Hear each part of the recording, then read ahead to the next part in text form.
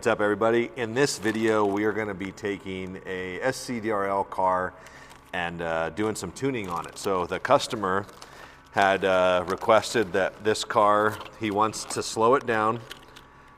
It was running in the 0.400 index, and as you can see here, they ran 490, 471, 481, 479, and 481. So it is at the top of that index, and you will get beat by a car that runs lower in that index. So if you're running a car that was running 440s, this thing would get beat. So it's easier to slow this down a couple of hundredths than it is to speed it up all the way down almost a tenth. That's quite a bit. So he's asked that we do some work on it to get it to slow down, and we are going to start out by cleaning the pickup shoes and oiling the car.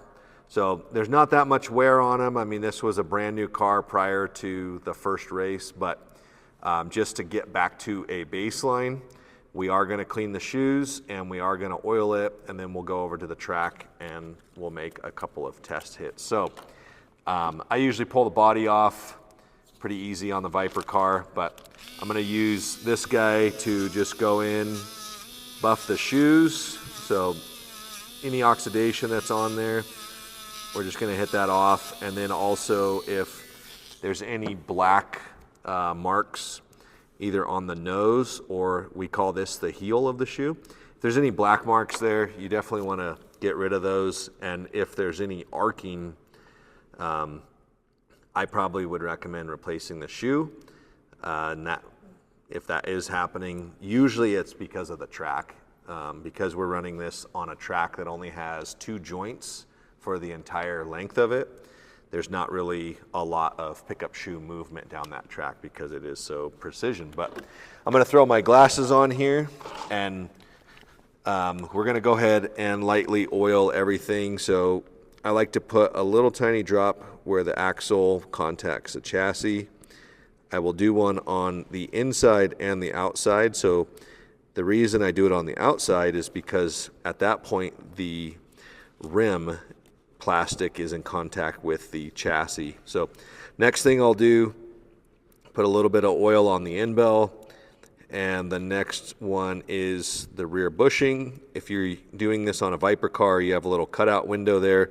I think there might be a couple of other manufacturers that do that now, which is super cool. You can get in there from the bottom, there's just less room, but we'll go ahead, flip the car over a little bit on all contact points. So the gear, the T-boss, the rear axles, make all of that stuff fresh.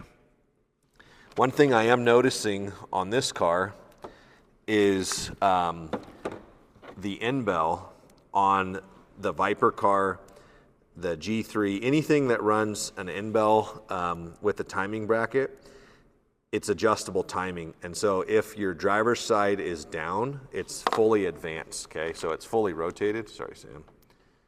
So you can see how this side is lower than this side. That is full advance, which basically is max power.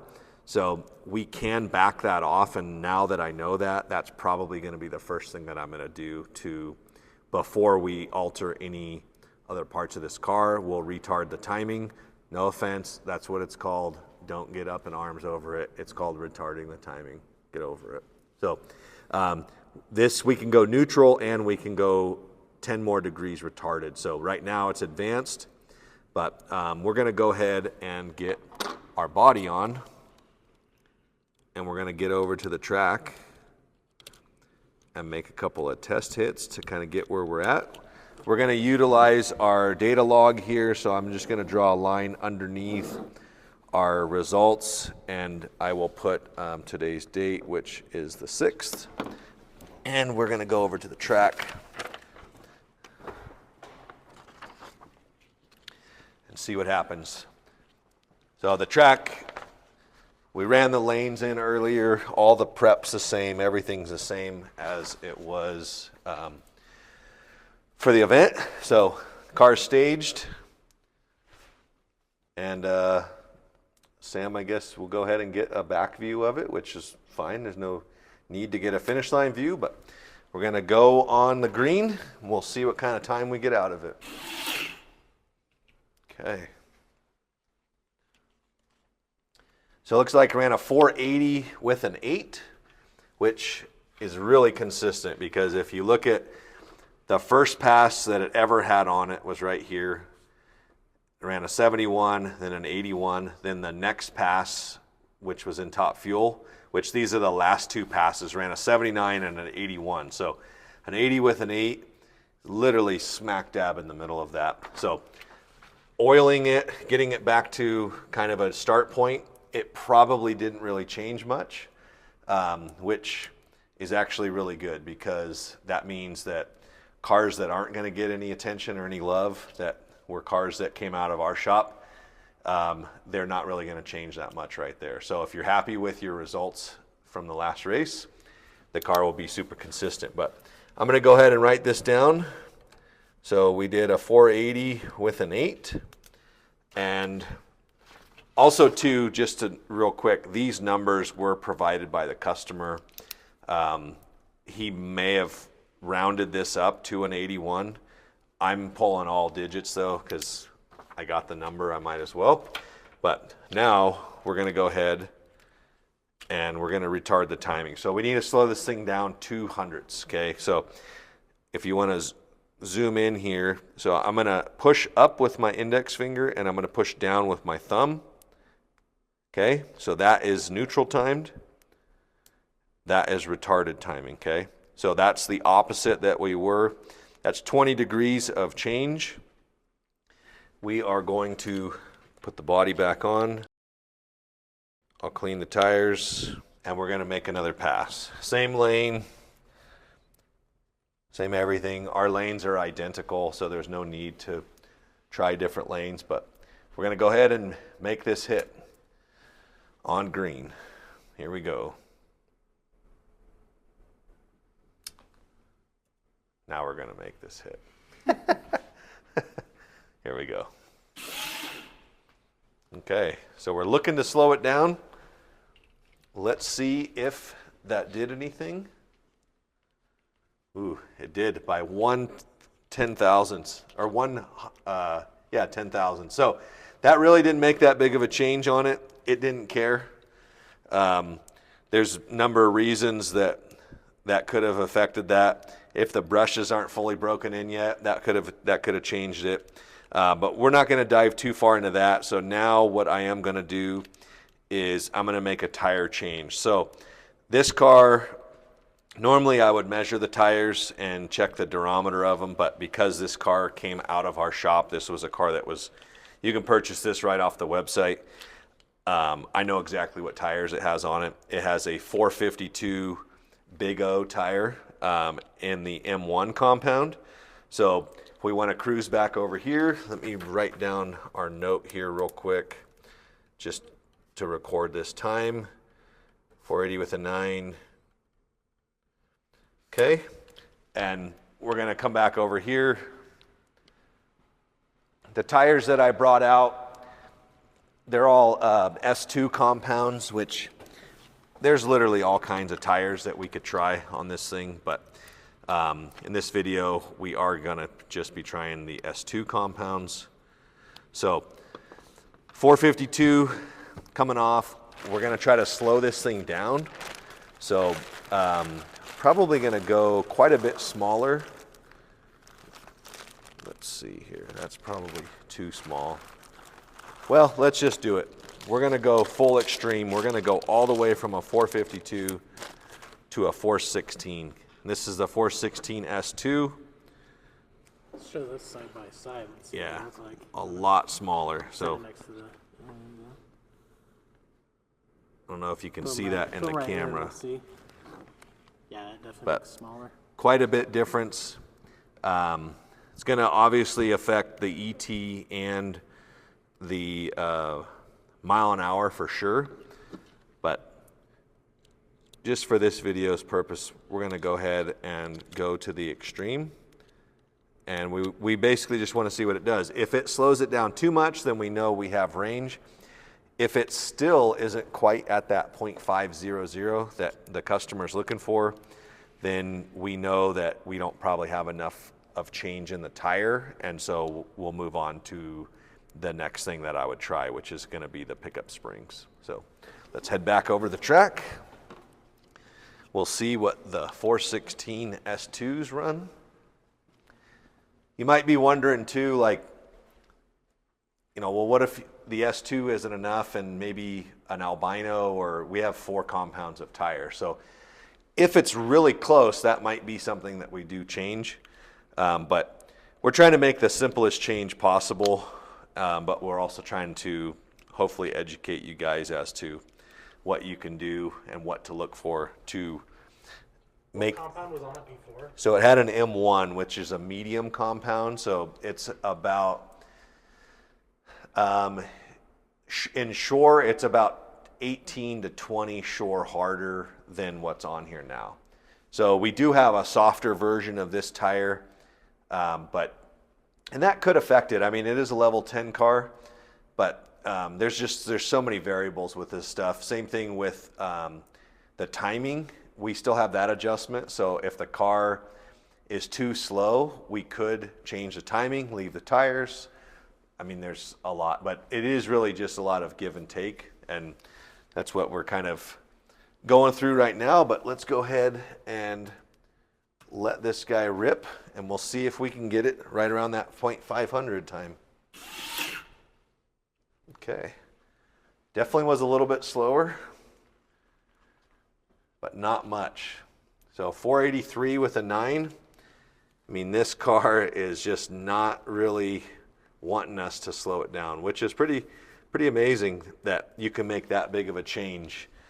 A lot of what that is that's the power of the motor overcoming the smaller tire. And so it looks like we're probably going to have to change the pickup shoe spring. So we can get back over to the workbench here. And I'm going to go ahead and put the customer's tires back on here, just because the amount that it slowed down really was not enough, at least for me, to justify buying a set of tires. And obviously for you guys, I don't want you to have to buy stuff that is unnecessary. So when I install these, I always put the shiny side with the sharp edge in. And then you can see how that one's not fully installed. See how it's kind of like up on the outer lip. I take my fingernail, and as I rotate the tire, I'm pushing my fingernail in so that it's up against the back. If you roll it on something, you just want to make sure that it's not doing any kind of movement like this. And you'll be able to hear that. It'll sound like a thudding sound. Doesn't sound super good, but we're going to go ahead, get some pickup shoe springs out. So the car has 9 thou springs in it.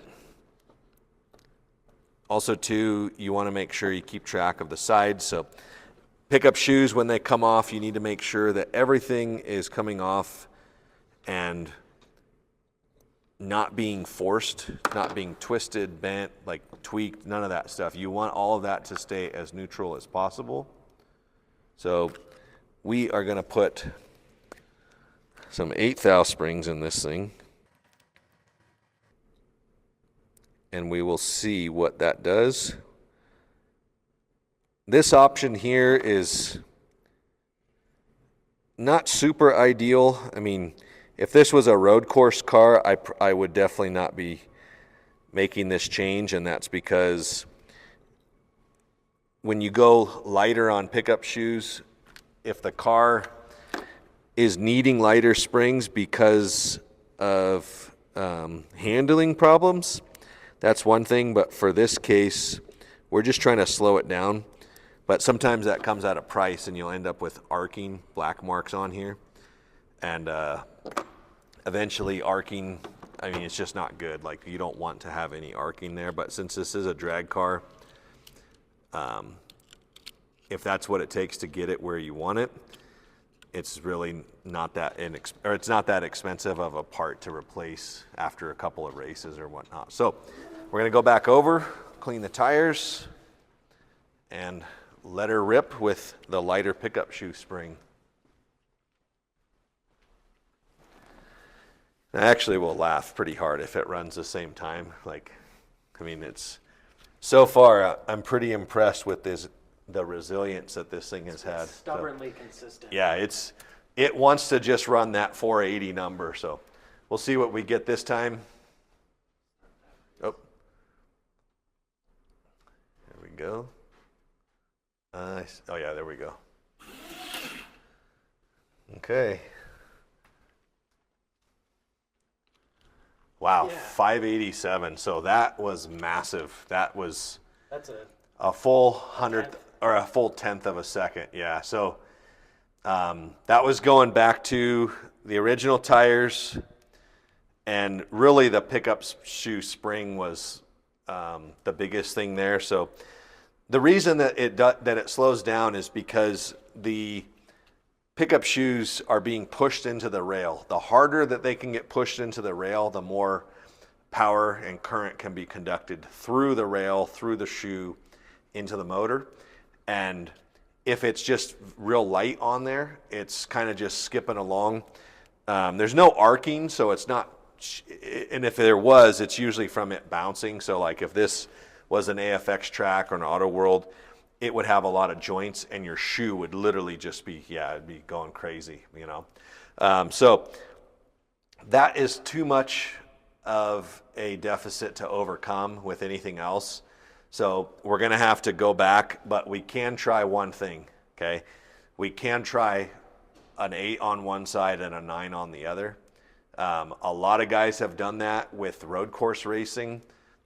Really depends on the track. If the track has a lot of like right turns or left turns, left turns or right turns, okay? So, but for the right turn, if the car is turning this way a ton, you can go stiffer on the outside because the weight of the car is going to roll, and you will plant that side. You don't want that to be on the inside of the wheel. So if you're turning right, you don't want the stiffer spring on the right side. So we'll go change that on the drag car.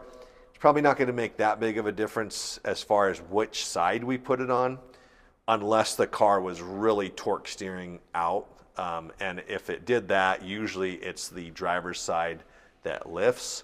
And so we probably will put it on the passenger side just for your own note. So let's get over here and we'll go back through this.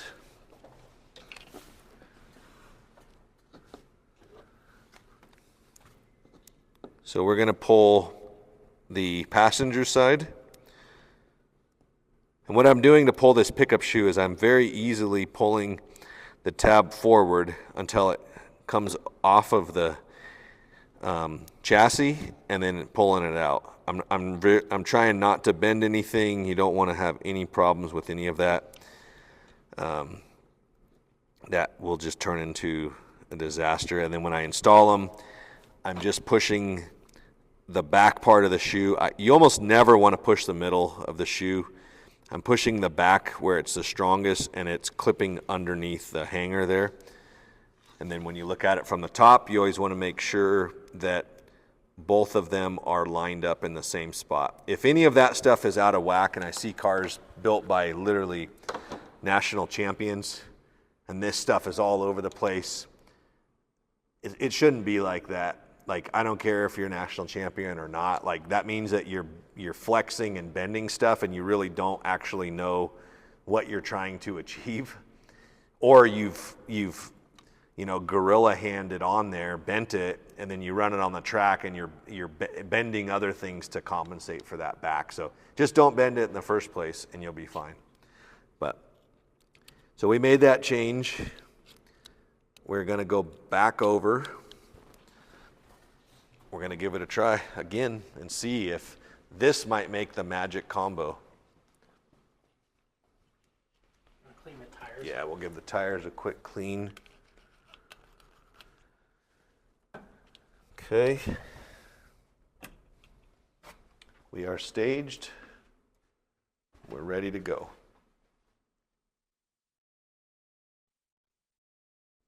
Uh-oh. Uh-oh. I don't know if I set it on something or what, but it's the first time that's happened. So we'll give her a go again.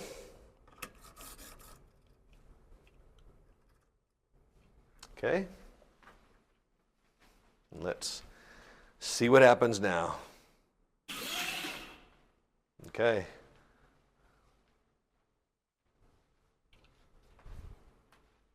All right, little difference. Yeah, 570. So still just not quite enough to make a difference. So that means that we probably are going to have to go a different route to try to slow that thing down. We still are fully retarded. Let's go back over. We'll put the springs back where we were because we were the closest to our 500 with it the way that it was. And we'll just talk about some other things that we can do to kind of slow it down.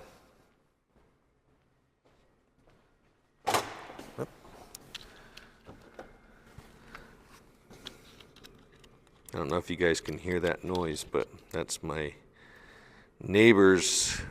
They do cooking and all kinds of meal prep over there, and they have some pretty funny year-round. We wish you a Merry Christmas all year long. Yep. So it doesn't matter when it is, but they are always wishing us a Merry Christmas. So that was an 8th spring.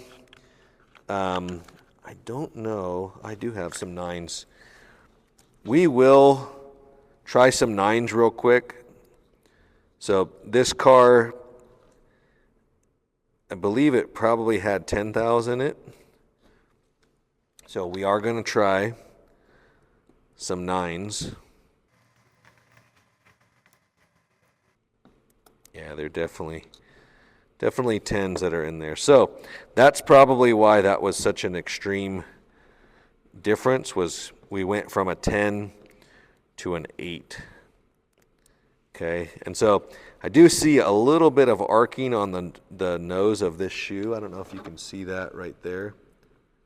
But more than likely, that is why the car didn't move on that last pass, or the second to last pass. So we just went ahead and cleaned that off of here. Put the body back on. Bodies are super light, and you may or may not think that it makes a difference, but just to be consistent, this is how the car gets raced, so this is how we're going to run it. But we're going to go ahead and give it a go. One of the indicators that I'm using for how fast it is before I even look at the screen is just kind of looking at where it finishes at in our shutdown, because we have markings there. So I'm thinking we want this thing to be kind of right underneath the orange, the orange tab on the wall there. Maybe a little bit before that, but let's see what happens with 9 thou springs this time.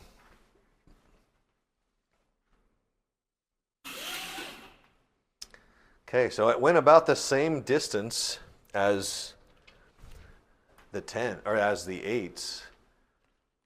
But as you can see, we went 551. So 551 is still better. It's 300ths better than the car was in the 400 bracket. So this would be more competitive right now. But I think we're going to go back, now that we know we can slow it down. We're going to actually go back and change the timing real quick. We'll just see if that makes a difference, because now we're trying to make the car faster again, and we could also change the tire. So there's a few options here. This is with the timing changed. We're going to go ahead and record this one. We're going to go 0.551, and I'm just going to make a note of the springs so that we know what it did, because we did gain 300ths, like I said. So car's better, but the customer is going to want it to be lower, you know, so I really would like to get this down in like the 20s. So let's see how much of a difference the timing makes in this mode. Okay, it actually looks like it did go further, about a car length further. But let's see what the ET says to us. So 546. So 546. And I'm just going to make a note of advance timing. Okay, so we're pretty good, right? But like I said, the customer is probably going to want it to be a little bit better than that. So we're going to go back over. Let's change the tires this time. We're going to go ahead and put these springs over here. So I didn't really bring out a pit mat or anything to work on today, but if you have one, obviously it makes it that much better for keeping track of what is where. But we're going to go through and we're going to try to find a different tire here. So here is the same tire that it has on it, same diameter, but it's a little bit softer. So this may or may not make a big difference. If it gets a little bit better by softer, then we can still try the S1. But now that we need to go faster, we may need to go up into my office and grab one of the albino tires. So the albino tires, because they're harder, they are almost always going to be faster. But I know I did that quick, but I did the exact same process, used my fingernail as I rotated the tire to make sure that it's true. I almost don't even check them anymore because I've literally done it tens of thousands of times. But if you're still getting used to doing that, I would definitely recommend that you check it and make sure that they're not doing this. You'll hear it. I mean, if you put it on there wrong, you'll hear it for sure. So, okay, 546 is what we want to beat. Let's see if we can get this car in the 520s. Okay, that looks pretty much about the same spot where it was last time. So I'm not expecting too much out of it. Yeah, 550. So it's right there, right in the middle. I'm going to run up to my office real quick and I will grab some albinos to make this thing faster. So, all right, so we got the 432 albinos that we're going to be putting on here. So they are a little bit smaller than the tires that we did have on there, but because they are harder, it won't be as sucked down because the tires are harder. You do want to make sure that you get them forced up against that inner flange. So because they are so much harder, not only durometer wise, but harder to put on, I usually will make sure that they visually look good with my fingernail, whereas the softer tires, like the last time we went through, I just popped them on there. So shooting for 520s, 530s with this thing.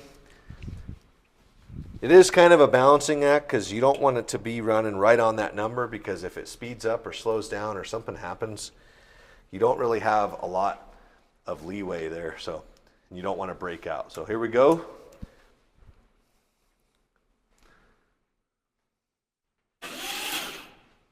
Okay, so I would have expected it to slow down faster because the car is lower, but the fact that it went further, it means that it definitely picked up speed. So there it is, 529. So that's right where we wanted the car to be, 520. I think I said 530. So that I'm going to call it good. So we picked up a full half a hundredth on that one. Without getting too crazy with other stuff, we could change front tire size.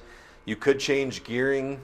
Those will be other videos. Anytime we do this to customer cars, we'll probably video it just so that you guys can learn. This is the custom funny car from Viper. So this is a pretty fast car, and it could be different for any types of cars, you know what I mean? But the principles will stay the same, and hopefully we'll be able to. So quick recap. What do we do? to Yeah, this recap on this one. So this car, we checked the timing. We ended up getting back to advanced timing, which is where we are, which is the fastest mode. We changed the pickup springs, which we found that made a huge difference. We ended up with 9 thou springs in it, and then we changed the rear tires. So we did a couple of changes, but we ended up going to a harder tire that's a little bit smaller, and that's what got us into the 529 range, which to me is a really good spot to be in. And we'll see where it goes from there.